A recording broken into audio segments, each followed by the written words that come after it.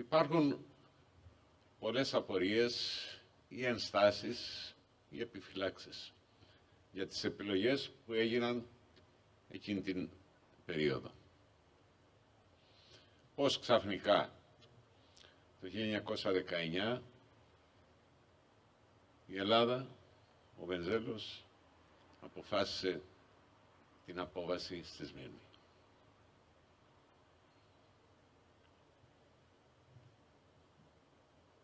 Ήταν μια ιμπεριαλιστική πράξη, επιλογή, ή με τις εξελίξεις που είχαν διαμορφωθεί μετά τους Βαλκανικούς πολέμους. Φαινόταν αναπόφευκτη μια ελληνοτουρκική σύγκρουση. Πρέπει να θυμίσω ότι το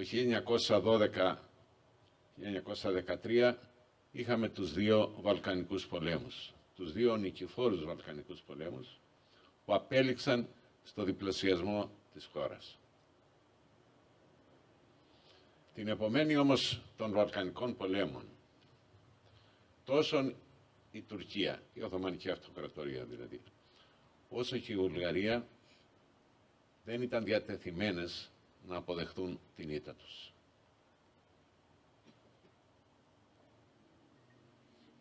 Η Οθωμανική Αυτοκρατορία διεκδικούσε να πάρει πίσω τα νησιά του Ανατολικού Αιγαίου. Και για να εκβιάσει την Ελλάδα άρχισε απεινή διωγμό κατά των Ελλήνων της Ανατολικής Θράκης και των παραλίων της Μικράς Ασίας. Παράλληλα, η βουλγαρική ηγεσία διεκδικούσε την Μακεδονία. Και είχαν φτάσει σε τέτοιο σημείο οι πολιτικές εξελίξεις, ώστε θεωρείται σχεδόν βέβαιη μια βουλγαροτουρκική σύμπραξη για επίθεση κατά της Ελλάδας. Αυτό είναι διαπιστωμένο και από τα τηλεγραφήματα από το Βρετανικό Υπουργείο Εξωτερικών, από την ελληνική αντιπροσωπεία στο Βουκουρέστι που διαπραγματευόταν με τους Τούρκους, αλλά ήταν και κοινή διαπίστωση των Σέρβων συμμάχων της χώρας. Πρόκειται δηλαδή για μια ασφιχτική περικύκλωση της χώρας από δύο δυνάμεις που αμφισβητούσαν τα σύνορα που είχε κερδίσει η Ελλάδα μετά τους Βαλκανικούς πολέμους.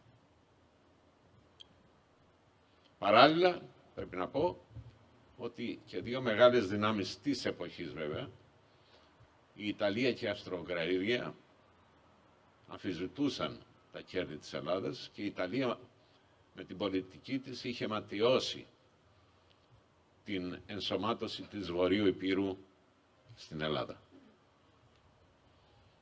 Η δε Αυστρο-Ουγγαρία είχε πάντα μια τάση να υποστηρίζει τις βουλγαρικές διεκδικήσεις.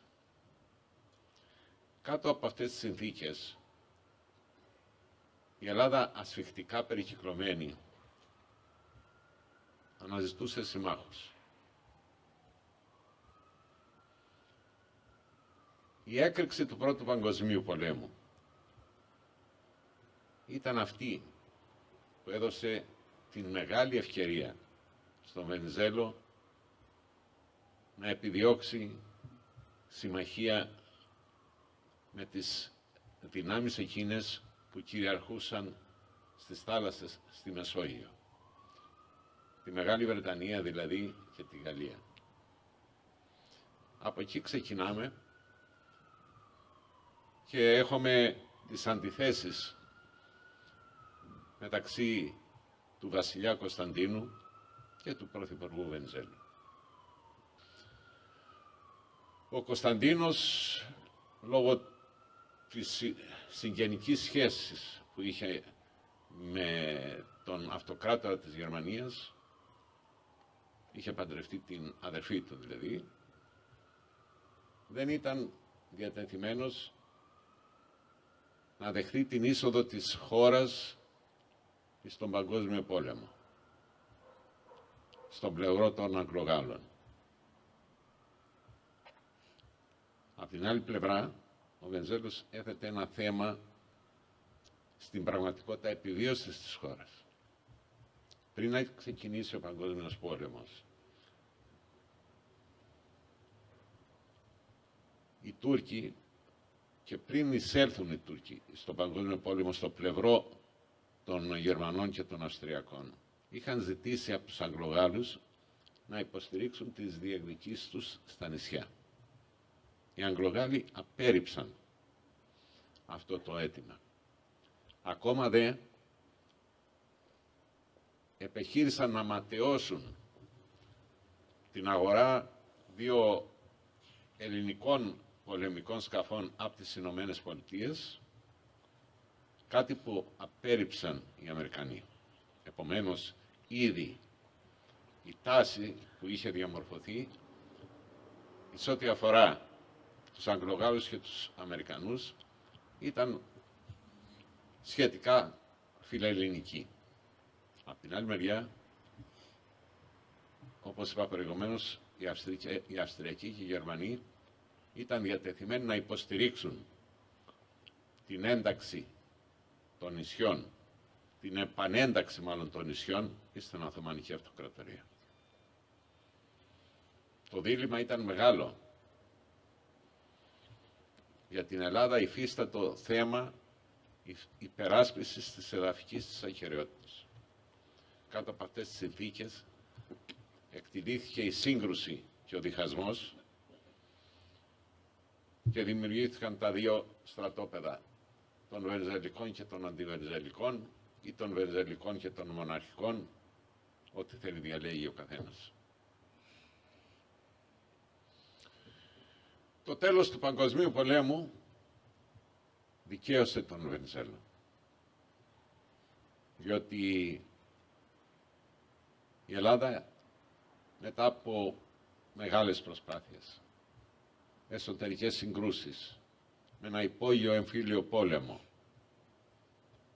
η Ελλάδα είχε βρεθεί στον πλευρό των νικητών. Αντιθέτως, η Βουλγαρία και η Οθωμανική Αυτοκρατορία, η πιο σκληρή από τους αντιπάλους της Ελλάδας, είχαν ιτηθεί. Αντιλαμβάνεστε, ουδέποτε στην ιστορία της χώρας υπήρξε λαμπρότερη ευκαιρία για να επιτύχει η Ελλάδα τις επιδιώξεις της. Οι δύο αντίπαλοι της ήταν εκτός μάχης.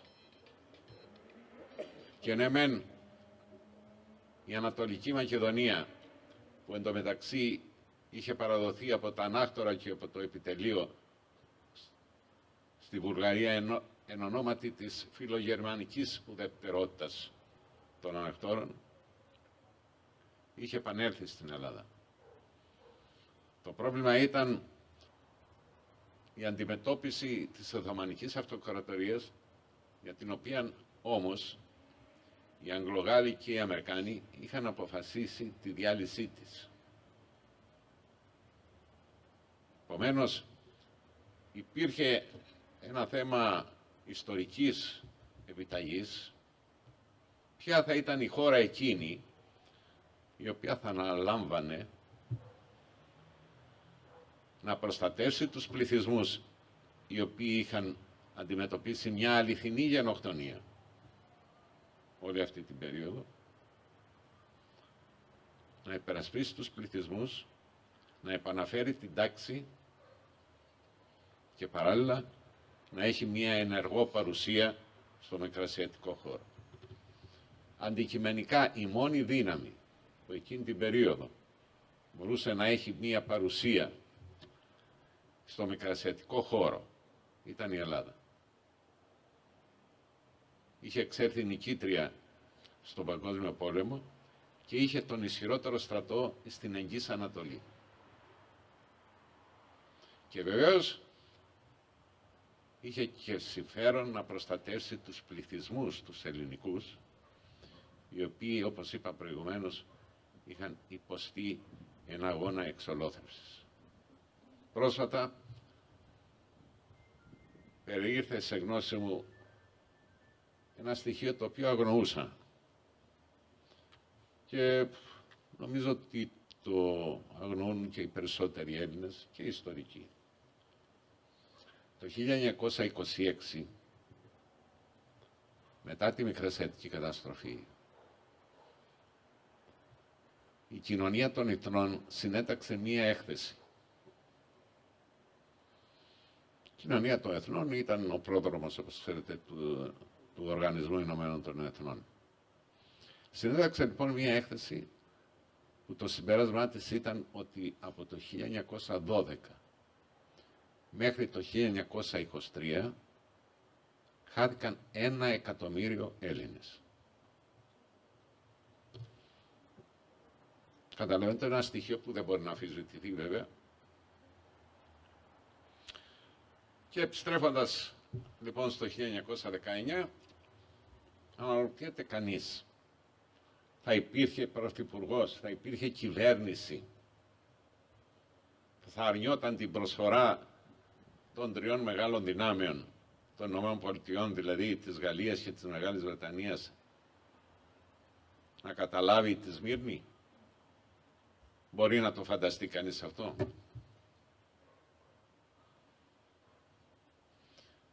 Εάν είχε συμβεί, όλοι οι Έλληνες ομόφωνα θα χαρακτήριζαν τον Βενιζέλο προδότη. Και με δεδομένο ότι ήδη ληστοσημωρίες και στρατιώτες οι οποίοι είχαν απολυθεί, είχαν εξαπολύσει μία τρομοκρατία και οι σφαγές πάλι ήταν επικείμενες, ένας επιπλέον λόγος να βρεθεί η Ελλάδα στη Σμύρνη.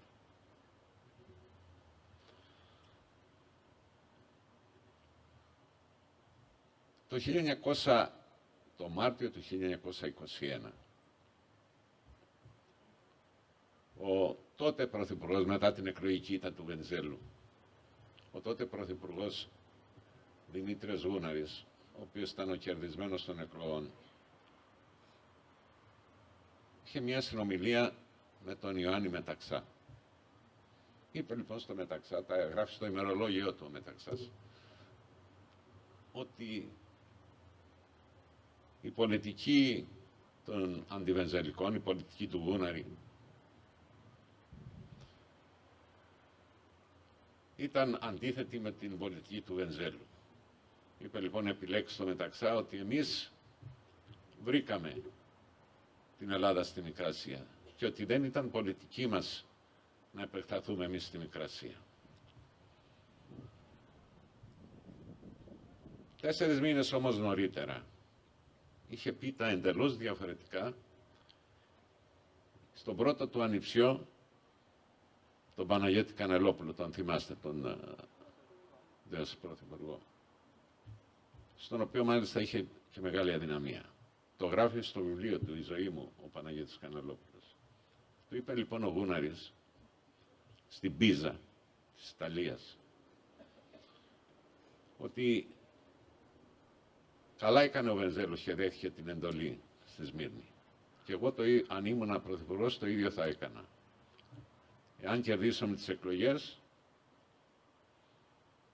θα συνεχίσω με την εκστρατεία και ο Θεός βοήθος. Αυτό δείχνει, το παράδειγμα αυτό το φέρνω για να αποδείξω ότι στην πραγματικότητα σύσσωμη η Ελλάδα αποδεχόταν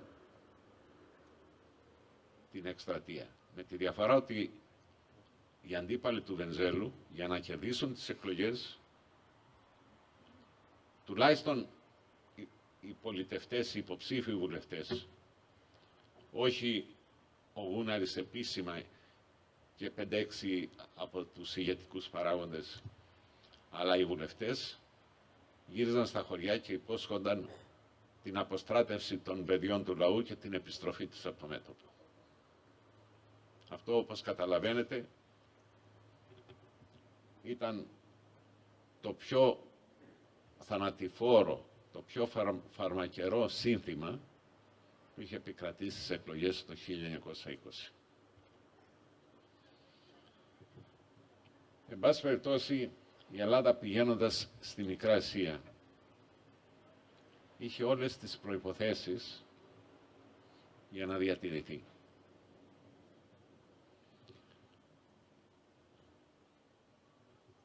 Ήταν μια χώρα που το διεθνές σύστημα αναγνώριζε τη συμβολή της στη νίκη στον πόλεμο. Ήταν μια χώρα που είχε εξασφαλίσει σημαντικές συμμαχίες. Μέχρι την εκλογική ήττα του Βενιζέλου, ουδεμία από τις μεγάλες δυνάμεις είχε ζητήσει ακύρωση της συνθήκης των Σευρών ή αποχώρηση της Ελλάδας από τη Μικρά Ασία.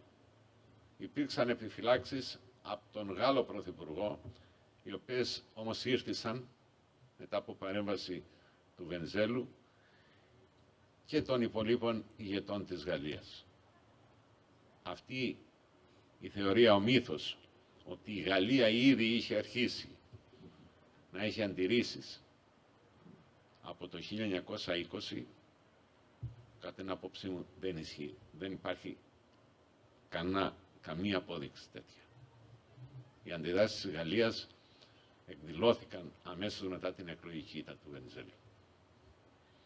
Άρα, τον Νοέμβριο του 1920 οι συμμαχίες της χώρας ήταν ισχυρότατες. Επιπλέον, στο στρατιωτικό πεδίο, ο ελληνικός στρατός είχε επιτύχει μεγάλες νίκες. Στην πραγματικότητα, κεμαλικός στρατός δεν υπήρχε. Οι νίκες που είχαν επιτύχει οι ελληνικές δυνάμεις το καλοκαίρι του 1920 ήταν καταστρεπτικές για τον κεμαλικό στρατό. Επιπλέον δε υπήρξε και κάτι άλλο. Σε μια επιχείρηση των κεμαλικών δυνάμεων απειλήθηκαν ολιγάριθμες δυνάμεις των Άγγλων που είχαν στρατοπεδεύσει στα στενά των Δαρδανελίων. Οι Άγγλοι, σε πολύ δύσκολη θέση, ζήτησαν τη συνδρομή του ελληνικού στρατού. Τότε ο ελληνικός στρατός ήταν που διέλυσε, όπως είπα προηγουμένως, ολοσχερώς τις κεμαλικές δυνάμεις. Αυτό σήμαινε βέβαια ότι στην πραγματικότητα το όνειρο του Βενιζέλου για στενή συνεργασία με την Αγγλία και εμπλοκή της Αγγλίας στον πόλεμο είχε φτάσει πολύ κοντά.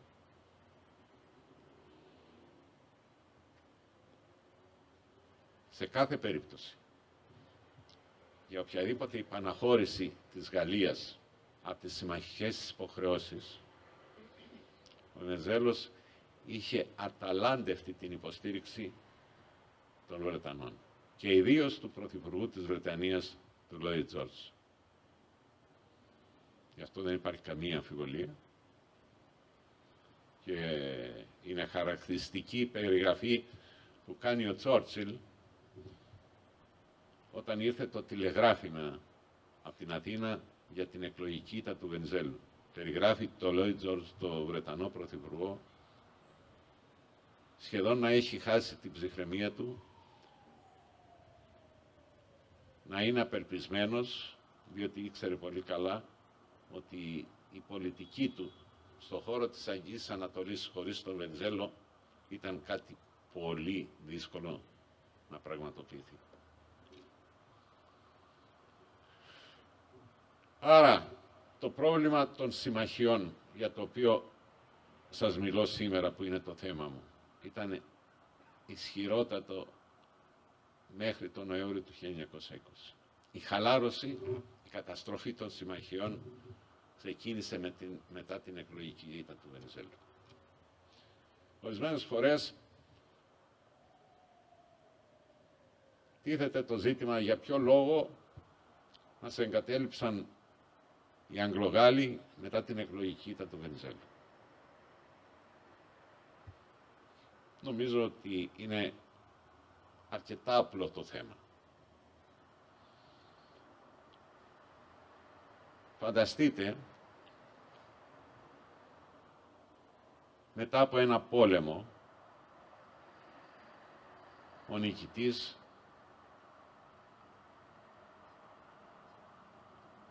να δεχθεί την επάνωδο στην εξουσία των ηττημένων. Δηλαδή, όλη η κοινή γνώμη της Ευρώπης θεωρούσε ότι οι Γερμανοί είχαν ηττηθεί. Και επομένως η επάνωδος του βασιλιά Κωνσταντίνου στο θρόνο ισοδυναμούσε στην πραγματικότητα με επάνωδο των ηττημένων του Παγκοσμίου Πολέμου στη διακυβέρνηση της χώρας. Ήταν αδύνατον στην κοινή γνώμη των χωρών αυτών, μετά από ένα πόλεμο που είχε 20 εκατομμύρια θύματα, να περάσουν την ιδέα της επανόδου του φιλογερμανού μονάρχη. Υπήρχε τόσο μίσος μετά από τον πόλεμο στην κοινή γνώμη της Ευρώπης, ώστε κανείς δεν ήταν διατεθειμένος να υποστηρίξει την Ελλάδα στρατιωτικά σε ένα πόλεμο τον οποίο σε κάθε περίπτωση ήταν αντιπαθής για την κοινή γνώμη μετά τον Παγκόσμιο Πόλεμο. Τα αποτελέσματα, κυρίες και κύριοι, είναι γνωστά. Όπως ελέγχθηκε προηγουμένως, οι επιλογές της Ελλάδας μετά την εκλογική ήττα του Βενιζέλου ήταν καταστροφικές. Πρώτον, η Ελλάδα αποβλήθηκε από το διεθνές σύστημα. Δεν υπήρχαν συμμαχίες πλέον. Η Ελλάδα μόνη της έπρεπε να αντιμετωπίσει τον κεμαλικό κίνδυνο. Δηλαδή, ο πόλεμος από συμμαχικό-τουρκικός είχε γίνει έλληνο-τουρκικός, χωρίς μάλιστα τις εγγυήσεις της εποχής του Βενιζέλου, χωρίς τη στρατιωτική και την οικονομική βοήθεια που είχε λάβει ο Βενιζέλος. Από τις προϋποθέσεις αυτές ήταν λογικά εντελώς αδύνατη η συνέχιση αυτής της εκστρατείας. Η παραμονή δηλαδή της Ελλάδας στο μέτωπο της Μικράς Ασίας. Μια χώρα απομονωμένη, με άθλια οικονομικά, με απορφανισμένο το στρατό, τον οποίο είχε φροντίσει η μετανοεμβριανή ηγεσία να το αποκεφαλίσει ηγετικά, φιλοβενιζελικά βέβαια στελέχη του στρατεύματος. Ήταν φυσικό να ακολουθήσουν, όταν ανέλαβαν απειροπόλεμοι διοικητές, να ακολουθήσουν σοβαρά λάθη στον τομέα των επιχείρησεων. Υπόθηκε για το Μάρτιο του 1921 που ήταν μια εκπληκτική ευκαιρία να διαλυθεί ο κεμαλικός στρατός και πέρασε ανεκμετάλλευτη. Οι επιχειρήσεις του καλοκαιριού του 1921 μέχρι το Σαγκάριο συνοδεύτηκαν από απίστευτα λάθη. Το κυριότερο όμως παρέμενε ότι η Ελλάδα ήταν χωρίς συμμάχους και χωρίς οικονομία. Πριν από την καταστροφή προηγήθηκε η οικονομική κατάρρευση. Αλλά όμως η Ελλάδα δεν μπορούσε και να εκταμιεύσει τα χρήματα που τους χρωστούσαν οι μεγάλες δυνάμεις με το εμπάρκο που είχαν ασκήσει εις βάρος της χώρας. Ο Βενιζέλος είχε συνάψει το 1918 ένα δάνειο το οποίο ποτέ στην ελληνική ιστορία δεν είχε συνομολογηθεί. Ήταν πραγματικά σκανδαλώδες υπέρ των ελληνικών συμφερόντων. Είχε πριν να πέσει την εξουσία εκταμιεύσει ένα σημαντικό ποσό σε αγγλικές λίρες και επίσης σε δολάρια Ηνωμένων Πολιτειών. Αυτά όταν ανήλθαν στην εξουσία οι αντιβελγενικοί, όπως καταλαβαίνετε, κόπηκαν. Κάτω από αυτές τις συνθήκες, χωρίς συμμάχους, η συνέχεια της εκστρατείας ήταν μια χήμερα. Παρόλα αυτά, βρέθηκαν σημαντικές ευκαιρίες πριν από την κατάρρευση του μετώπου να αποφευθεί η ήττα. Υπήρξαν προτάσεις για ειρηνική διευθέτηση του ελληνοτουρκικού πολέμου. Το πολιτικό κόστος δεν επέτρεψε στη βασιλική παράταξη να λύσει το πρόβλημα. Ο φόβος ότι θα ξεσηκώνονταν οι Έλληνες, διότι ήταν υποχρεωμένοι να κάνουν υποχωρήσεις, δεν τους επέτρεψε να δεχτούν τις προτάσεις των συμμάχων. Κάτω από αυτές τις συνθήκες και με τα λάθη που είχαν προηγηθεί, επήλθε η καταστροφή. Θα μπορούσε να μιλάει κανείς αρκετή ώρα για αυτά τα τραγικά γεγονότα, τα οποία δεν ξέρω πόσο έχουν αξιολογηθεί από τον ελληνικό λαό.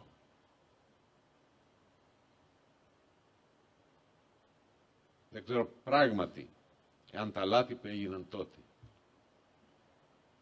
απετέλεσαν ένα οδυνηρό έστω μάθημα. Η τραγωδία της Κύπρου απέδειξε ότι κατά πάσα πιθανότητα δεν πέρασαν στις επόμενες πολιτικές ηγεσίες τα συμπεράσματα εκείνης της καταστροφής. Σε κάθε περίπτωση, κυρίες και κύριοι, αυτό που πρέπει να γίνει συνείδηση, να γίνει αντιληπτό, ότι σε αυτή την πολύ επικίνδυνη γωνία που ζούμε, σε αυτή την πολύ επικίνδυνη περιοχή, δεν είμαστε Ελβετία. Η πολιτική πρέπει να είναι εξαιρετικά προσεκτική. Πρέπει να είναι πολιτική που να μην οδηγεί σε απομόνωση τη χώρα. Πρέπει να είναι πολιτική στηριγμένη σε ισχυρές συμμαχίες. Και επιπλέον, να το πω συνθηματολογικά, πρέπει να συνειδητοποιήσουμε μετά από αυτά τα σκληρά μαθήματα ότι δεν πρέπει να μείνουμε ποτέ μόνοι. Αυτό είναι το μέγα δίδαγμα αυτών των καταστροφών.